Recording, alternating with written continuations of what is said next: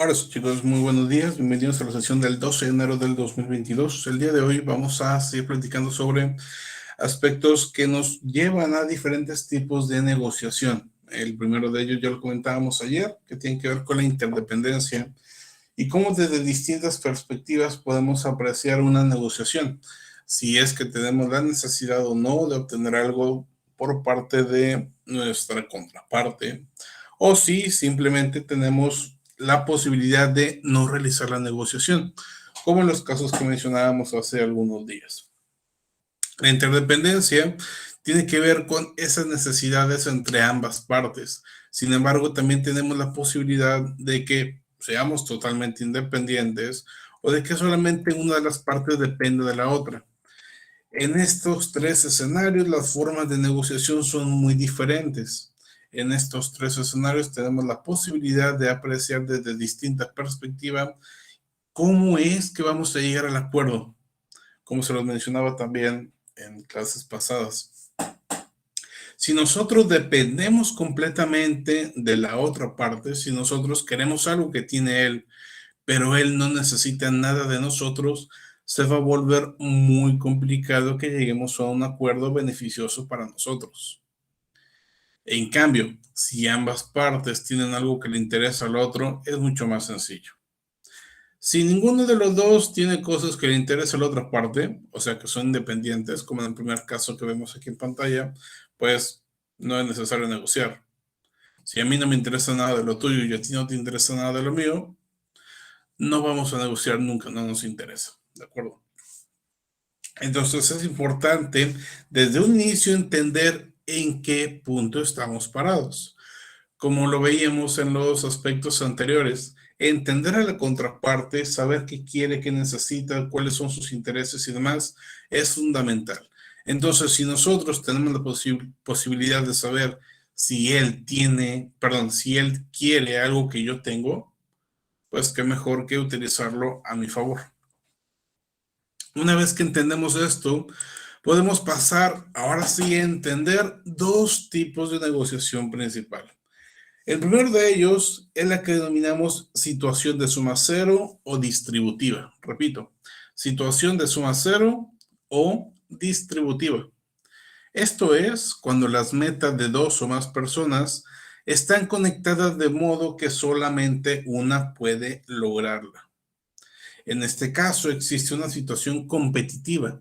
Existe la posibilidad de que solamente uno de los dos gane en esa negociación. Profe, pero usted había dicho que las dos partes deben de ganar. Sí, eso es lo ideal. Pero también sucede en ciertos casos, ciertos escenarios donde no es posible eso, donde las negociaciones van orientadas a que solamente uno de los dos pueda obtener beneficios. Por ejemplo, cuando es un recurso escaso o cuando es un contrato para un tercero o cuando se tiene la posibilidad de solamente obtener una cosa y nada más. En ese caso se negocia el resultado para poder obtener el beneficio una de las dos partes. Y listo. Y estamos hablando y utilizando la palabra negociación de todas formas, a pesar de que no ambos están ganando, sí, porque se llega a dar de manera bastante frecuente. Entonces, negociación de suma cero o negociación distributiva, solamente una de las dos partes puede ganar. ¿Cuál es la diferencia con el regateo? Esto es muy importante. Cuando hablamos de regatear, también solamente una de las dos partes gana. La diferencia radica en que el regateo, tú vas por el precio y nada más. Tú te sientes bien si lograste bajar el precio. Mientras que en la negociación distributiva, a lo que nos enfocamos es en obtener el beneficio sin importar cuál sea este. Normalmente, como les decía hace un momento, son recursos, son mercancías, son elementos limitados, por eso la otra parte no lo puede obtener. Podríamos verlo como una carrera o como un partido de básquetbol. Existen dos partes, en este caso dos equipos, y van a estar negociando, entre comillas, por obtener la victoria. Es posible que durante ese partido lleguen a un punto en el cual ambas partes ganen. En un partido de básquetbol, ¿ambos equipos pueden ganar? No, solamente hay un ganador. Ese tipo de procesos es como lo de la negociación distributiva. Pensemos en una empresa que está tratando de llegar a un nuevo mercado. Digamos, por ejemplo, un par de empresas maquiladoras que están a punto de llegar a Ciudad Victoria. El poner una nueva empresa maquiladora o una empresa de este tipo en una nueva ciudad no es nada sencillo. Representa varios retos, representa sobre todo muchos temas de cabildeo, es decir, platicar con personas de gobierno municipal y estatal de esa zona o de esa región para ver qué cosas se pueden hacer para apoyar. En este caso puede darse la situación en que ambas empresas maquiladoras están interesadas en ponerse en Ciudad Victoria. Sin embargo, el gobierno del estado solamente va a apoyar a una de esas dos. ¿A cuál de esas dos va a apoyar el gobierno del estado? Depende de ellas mismas. Ellos van a tener que negociar, ¿ok? Van a tener que llegar a un acuerdo para saber quién gana esa posibilidad de establecerse en la ciudad. Y de esta forma solamente una de las dos maquiladoras va a poder operar en la ciudad, al menos en este momento, y la otra pues tendrá que buscar otra región, otra ciudad o incluso otro país. Pero básicamente es eso, el entender que en una negociación no siempre ambas partes ganan. Vamos a tratar de que sea así. Vamos a tratar de que todas las partes que participan dentro de una negociación obtengan beneficios, pero hay momentos en los que no es posible. Después de esto están las negociaciones integradoras. ¿Ok? Las negociaciones de suma no cero o integradoras se dan cuando las metas de las partes se vinculan de tal forma que el logro de la meta de una ayuda a las demás. Es decir, cuando estamos negociando, si yo alcanzo el objetivo que quería, tú también lo vas a alcanzar. Y aquí hablamos de una negociación mucho más similar a lo que hemos estado comentando antes. Durante la negociación debemos tener la posibilidad de entender qué es lo que necesita, quiere o busca la otra parte y con base en eso empezar a empatizar y lograr lo que queremos, pero también lograr lo que la otra parte quiere, necesita o le interesa. ¿De acuerdo? Entonces, en una negociación integradora, allí ya pensamos en esa relación que existe. Ya pensamos en la posibilidad en que mi logro, mi objetivo, mi beneficio va a ayudar a la otra parte también. O viceversa. Si él consigue lo que quiere, yo también voy a conseguir lo que necesito. Esas son las negociaciones integradoras o de suma no cero. Cuando tenemos la posibilidad de que ambas partes ganen porque una beneficia a la otra. En este caso, entonces, ¿qué es lo que sucede? Si una negociación tiene aspectos interdependientes, puede darse cualquiera de estas dos situaciones.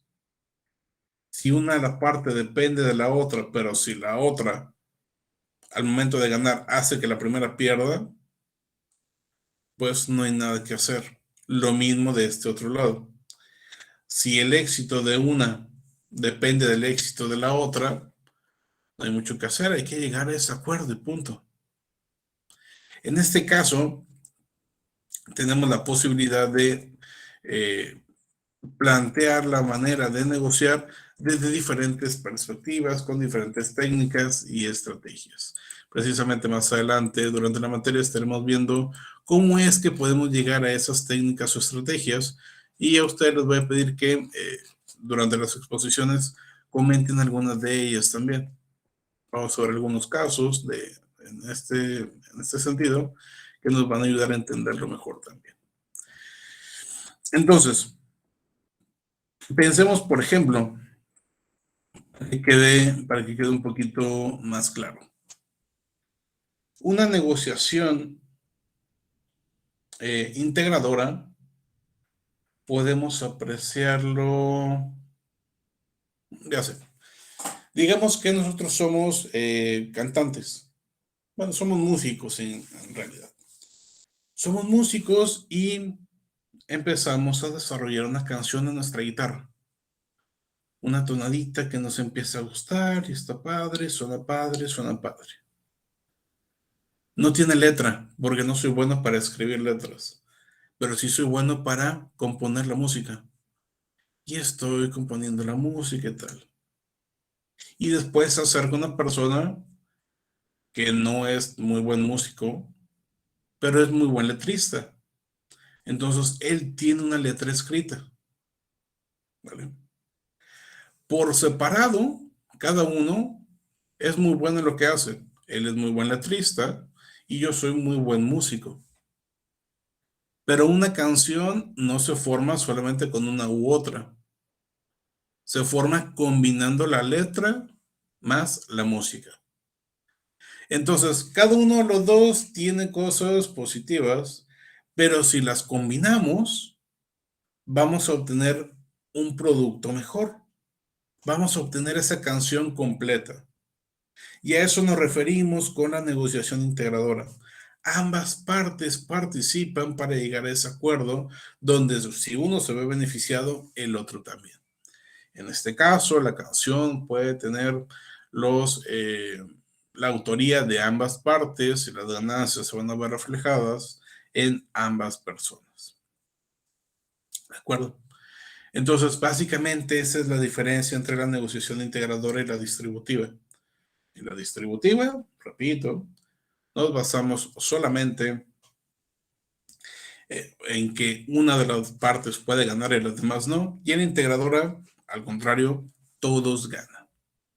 Más adelante ya lo veremos con mayor detalle, de hecho, todo esto. Bien, a continuación vamos a observar un video en el cual una de las personas que seguramente conocen de un programa muy popular, Shark Tank, uno de estos tiburones, nos comenta ciertos aspectos importantes que tienen que ver con la negociación. Hemos visto hasta este punto diferentes perspectivas, varios componentes de lo que es la negociación.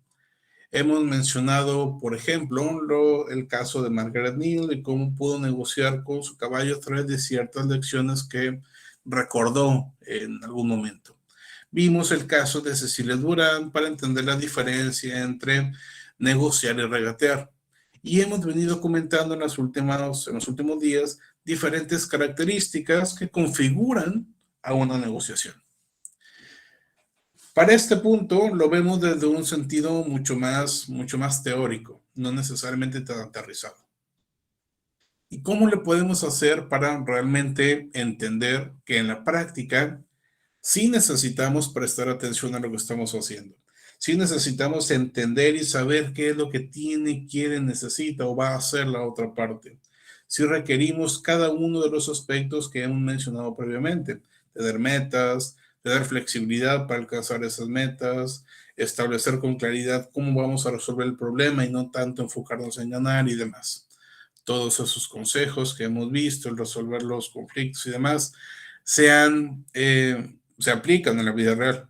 Y precisamente con el caso de Arturo Elías Ayub, vamos a tratar de entender cómo él también desde su perspectiva como empresario y como negociador dentro de las empresas en las que ha estado, ha aplicado ciertas de estas técnicas o ciertos de estos aspectos en su vida profesional. Bien. Perfecto, vamos a observar este video y ahorita regresamos. Ahora, en el tema de la negociación, ¿qué De eso sí consejos no sé nada. podrías dar aquí a todos los asistentes a este foro? ¿Cuáles son las 3 condicionantes que consideras importantes o relevantes al momento de sentarse y hacer una negociación desde la perspectiva del cliente, es decir, el propietario que quiere vender o rentar, y desde la perspectiva de quien llega a querer tomar una propiedad? Pues del cliente no te voy a decir porque aquí ya vemos puros vendedores, ¿no? Yo para mí mi primera regla de una buena negociación, la número 1, es que las dos partes salgan ganando. Si no es un win-win, ya no fue una buena negociación. Y les voy a decir por qué. Y me ha pasado, ¿no? Cuando alguien me ha tratado de pasarse de listo, cuando alguien te ha engañado, cuando alguien te ha tratado de la cara, no vuelves a hacer un negocio con esa persona. Y pon tú que te valga que no vuelva a hacer esa persona un negocio contigo, pero esa persona va a hablar mal de ti, muchas otras personas no van a querer hacer un negocio, pero además es un tema de principios, ¿no? Yo creo que te sientes bien contigo mismo si es una negociación en la que los dos ganan. 2, la información es la reina. Si yo llego a una negociación con una buena información de mi cliente, voy 5 pasos adelante de él. Déjenme ponerles un ejemplo de una negociación que me tocó a mí. Era y tú te debes de acordar de esta además. Iban a subastar los activos de AT&T en Latinoamérica. Las redes que tenía AT&T en diferentes países en Latinoamérica, lo estoy hablando hace varios añitos ya. Y me dice el ingeniero Slim, oye, pues vete a la subasta en Nueva York. Pero estábamos en una junta con el ingeniero y dice, a ver, todo el mundo ponga en un papelito en cuánto cree que va a salir la subasta. Entonces éramos como 8 gentes, cada quien puso en un papelito, pues yo puse, los cerramos y los guardamos. La subasta empezaba en $120 millones, me acuerdo. Total, hice mi chamba, estudié bien con quiénes iba a competir en esta subasta. Por cierto, era Telefónica de España 1, Embratel, la Telmex de Brasil, era el otro, y un chiquito por ahí que no tenía chance. Pues no tenía chance, que les digo. Entonces me metí a los estados de resultados de Embratel, me metí a ver a la gente que iba a ir a ver la subasta, etcétera, etcétera.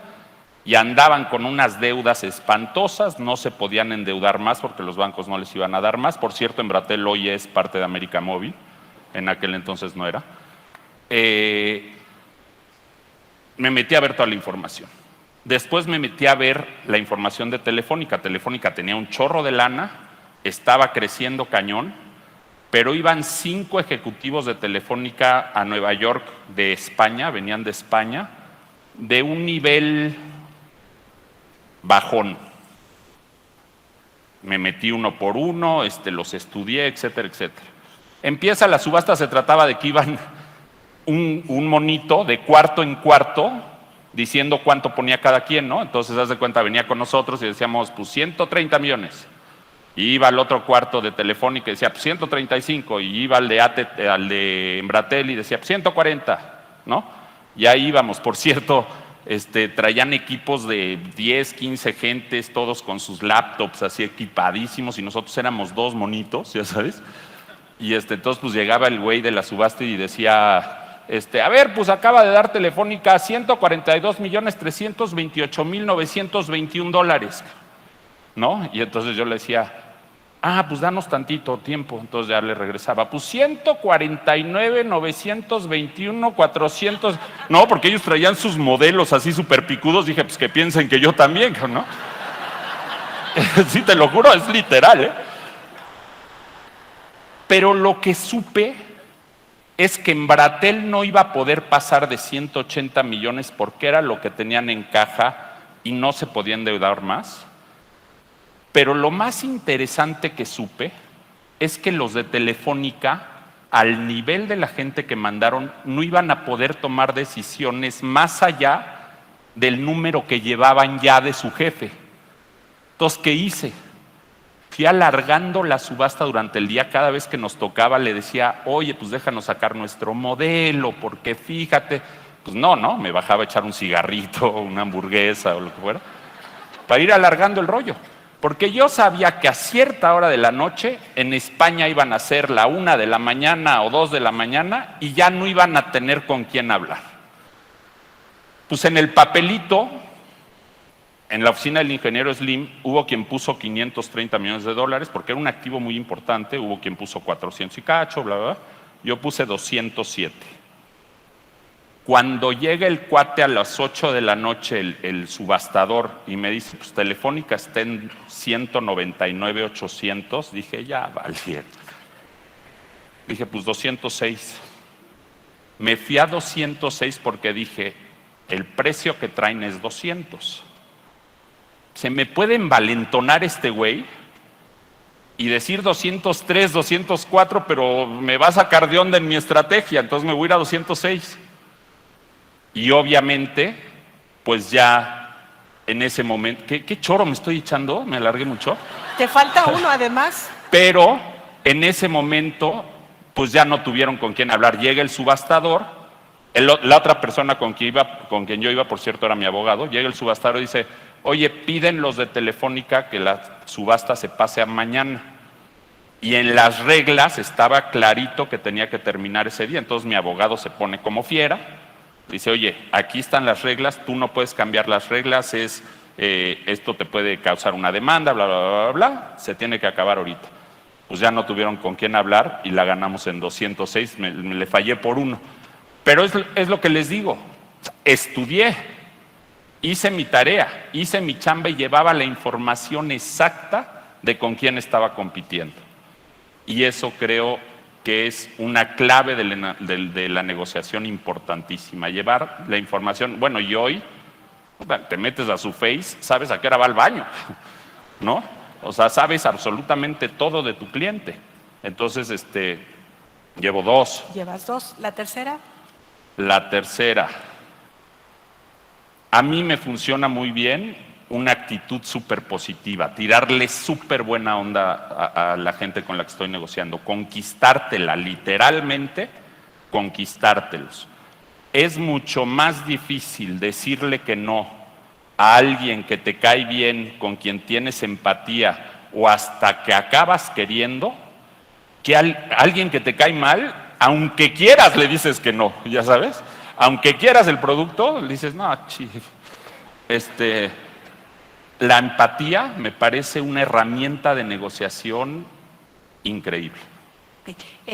Cuando en una Gracias, operación, después del rollo que me eché. Gracias. Arturo, Bien, perfecto. Espero hayan tenido la posibilidad de ver de forma adecuada el video. Si no, dentro del chat les puse el enlace, si es que lo quieren ver por separado. Bien, lo que nos comenta Arturo Elías Ayub en esta situación, en este video, son diferentes características que él ha utilizado, tal vez las 3 más importantes. Yo no lo llamaría así, no son las más importantes porque tampoco es como que haya tenido mucho tiempo para pensarlos. Sin embargo, sí las 3 que primero se le vinieron a la mente y que utiliza con mayor frecuencia. ¿Quién me comenta cuál fue esa primera técnica o herramienta que utiliza cuando va a realizar algún tipo de negociación? ¿Qué fue lo primero que mencionó?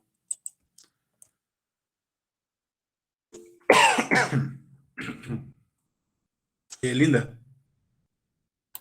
Pues lo primero que mencionó en el video fue que para que una negociación sea buena es que las dos partes ganen, porque si una no gana, pues ya no va a ser una buena negociación y esa persona puede hablar mal de ti con otras personas y ya no van a querer negociar contigo. Muy bien. Y con esto, de hecho, nos acordamos de lo que mencionaba en su artículo Cecilia Durán, la importancia de la reputación, del prestigio cuando estamos negociando, de tal manera que cuando logramos algún objetivo, sea a partir de que ambas partes están en el mismo barco, ambas partes llegaron a tener esa posibilidad de entenderse y de obtener algún beneficio. Sin embargo, a pesar de que él mismo comenta que las partes deben tener un beneficio mutuo, de que todas las partes deben de ganar, cosa que hemos mencionado durante clase en distintas ocasiones, también menciona una segunda manera que debemos de entender. ¿Cuál fue esa segunda forma o segundo aspecto que mencionaba? Escobar. Bueno, profe, creo que fue la de analizar a las personas, o sea, qué es lo que los mueve. Y bueno, ahí él menciona cómo empezó a ver los estados de resultados de las otras empresas y contra las partes que estaba compitiendo, o bueno, negociando. Muy bien. De Bratel y de Telefónica sobre todo. Cindy. Sí, pero pues sí es eso de obtener información de la contraparte. Él mencionaba que Ujú. pues antes de iniciar el proceso de negociación, tuvo que investigar por medio de diferentes medios acerca de la situación de la persona con la que iba a negociar, los intereses que tenía.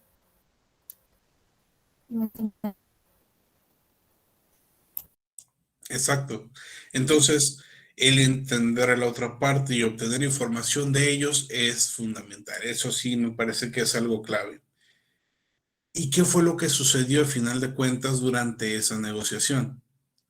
¿Todas las partes pudieron ganar algo? ¿Todas las partes obtuvieron beneficios? ¿Sí o no? En este caso, como lo deja bastante claro, no. Solamente uno de las personas que estaba apostando por ese negocio pudo ganar. Tanto Bratel como Telefónica se quedaron fuera. Uno de ellos, como ya lo comentaba Escobar hace un rato, debido a que no tenían capital suficiente para invertir a los niveles que los demás sí podían. Y el segundo, Telefónica, por un detalle muy importante. Arturo o su equipo de trabajo se dieron cuenta que esas personas, esa empresa, habían mandado parte de su equipo directamente de España, de donde tienen sede. Sin embargo, también se percataron de que esas personas, esos negociadores, no tenían la posibilidad de tomar decisiones.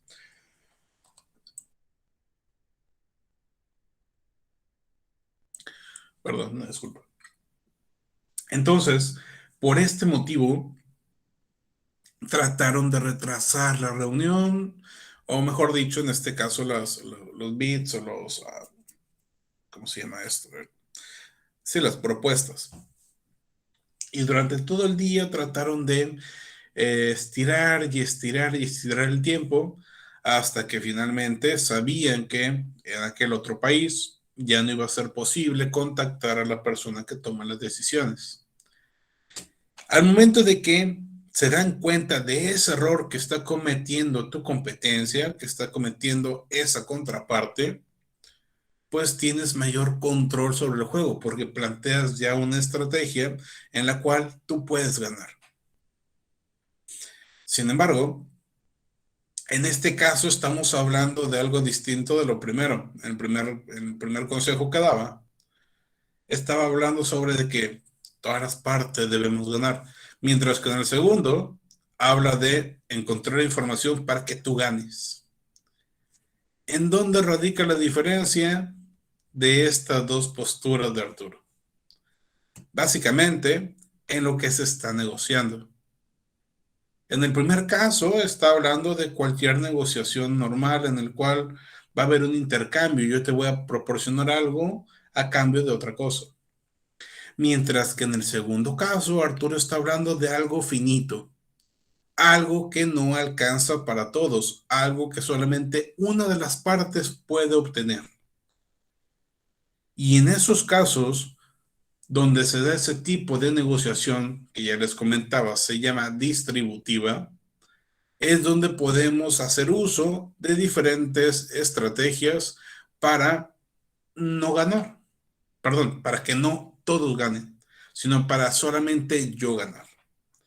En esos casos se permite, está bien. Entonces, a partir de estos dos consejos podemos observar cómo las negociaciones no solamente existen para que todos ganemos, sino que en ciertos casos está permitido enfocarnos hacia ese otro tema. Que ojo, no es regateo. Al contrario, en el caso que acabamos de ver, definitivamente no era regateo. Pero es la posibilidad de entender qué es lo que se está negociando, ¿vale?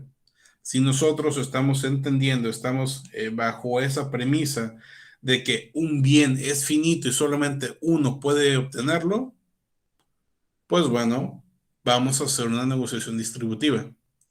Pero si estamos en el entendido de que en la negociación necesitamos ganar ambas partes para formar una relación y para mantener cierto prestigio, pues entonces podemos utilizar una integradora. Muy bien.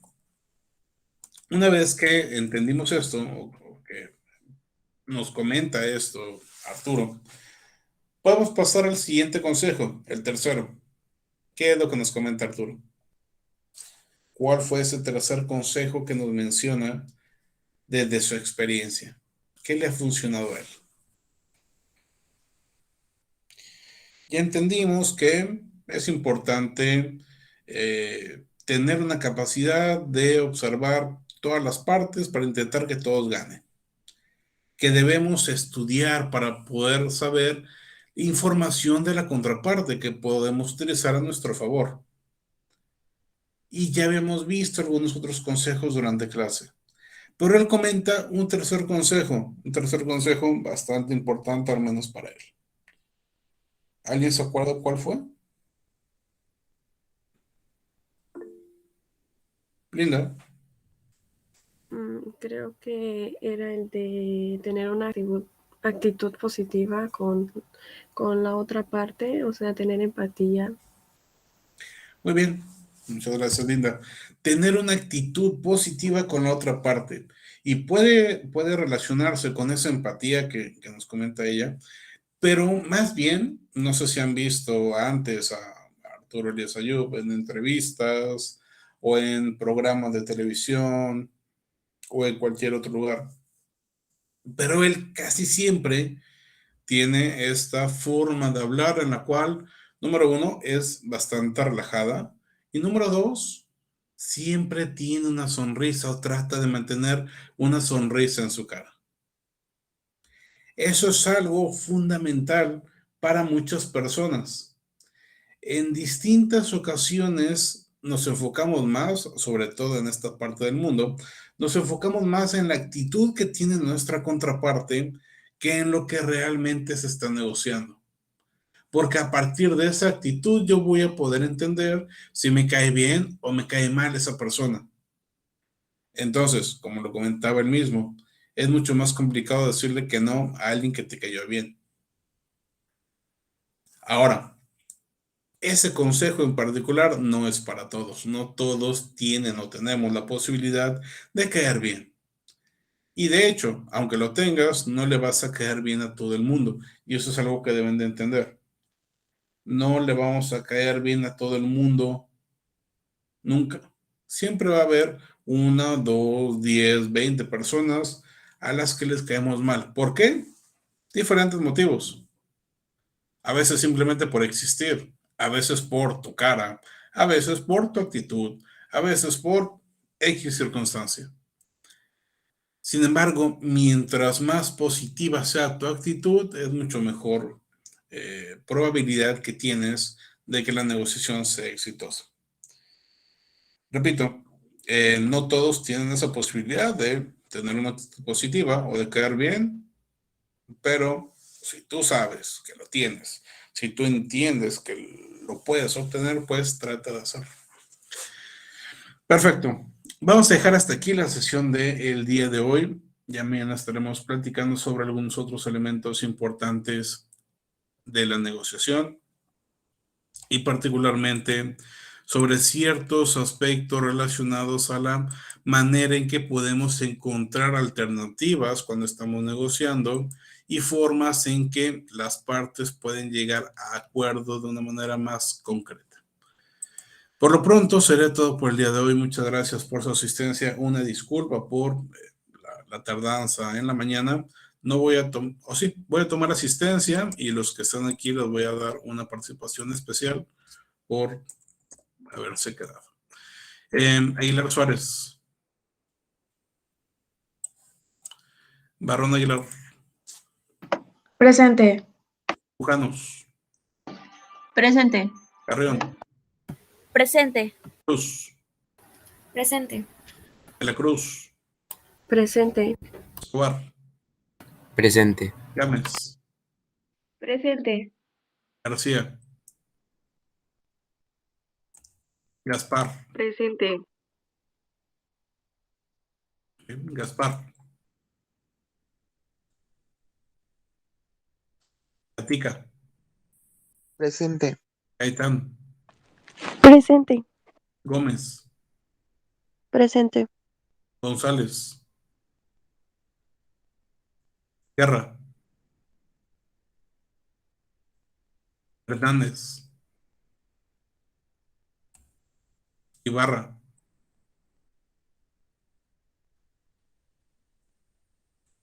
López.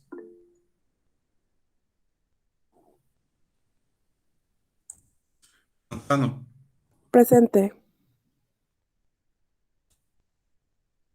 Medina. Presente. Mireles. Moreno. Presente. Olmeda. Presente. Partida. Presente. Ratas. Presente. Portales. Presente. Pido. Presente. Ramírez. Ángel. Presente. Presente. Rodríguez. Presente. Román. Presente. Saldierna. Presente. Vega. Presente. Perfecto. Muchas gracias de nueva cuenta. Que tengan un excelente día. Nos vemos mañana. Hasta luego. Hasta mañana.